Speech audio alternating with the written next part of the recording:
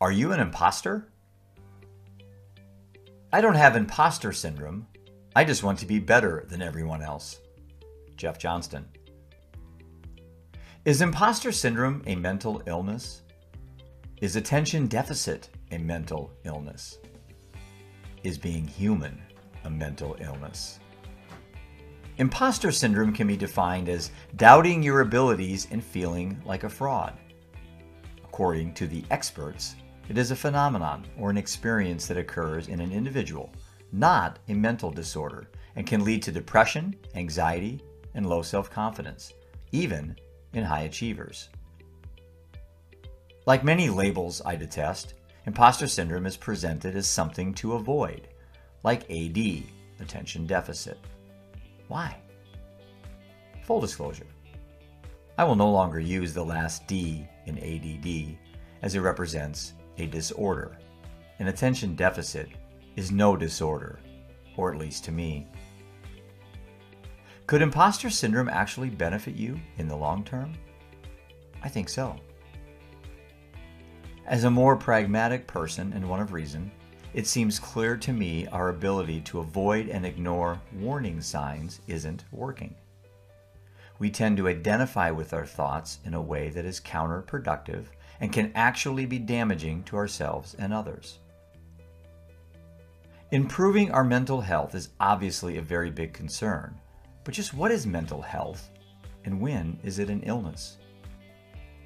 I often wonder who is granted the authority and permission over someone else to determine this diagnosis, and why do we so readily accept this as true?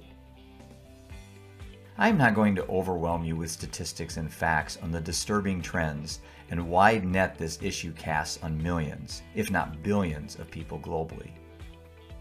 Trust me when I say this.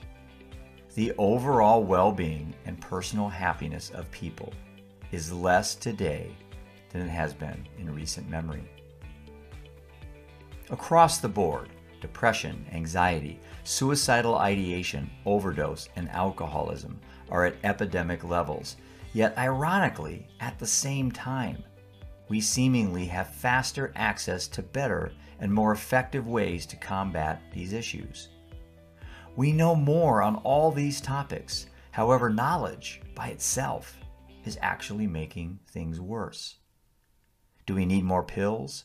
More subsets of diagnosis? Fancier labels? More stuff to add to our daily routines? Could addition by subtraction for some be a better approach? This must change. How can we begin to change the narrative? Attention. It starts by paying attention. There is little doubt to me that the majority of people today fear one thing more than anything else: boredom. The simple fact is we are incapable to literally do nothing, to become aware and to observe our thoughts without judgment. Why is this so threatening to some and torturous for others? Can you, be honest, sit in a chair and stare at a wall for 30 minutes, 15 minutes, 5 minutes, heck 30 seconds, without feeling a rush of anxiety and nervousness building from within? Can you go the first 10 minutes of each day without looking at your phone or opening your computer? What do you fear so much that you need to be distracted from? What lurks all around you and within you that you feel the need to run from, to hide from? Could it be that you simply fear yourself? You fear the person you talk to all day, the person who guides you, the person who challenges you. Maybe it's time to really listen, to really hear this person. Hold on, let me take this call. Live undeterred.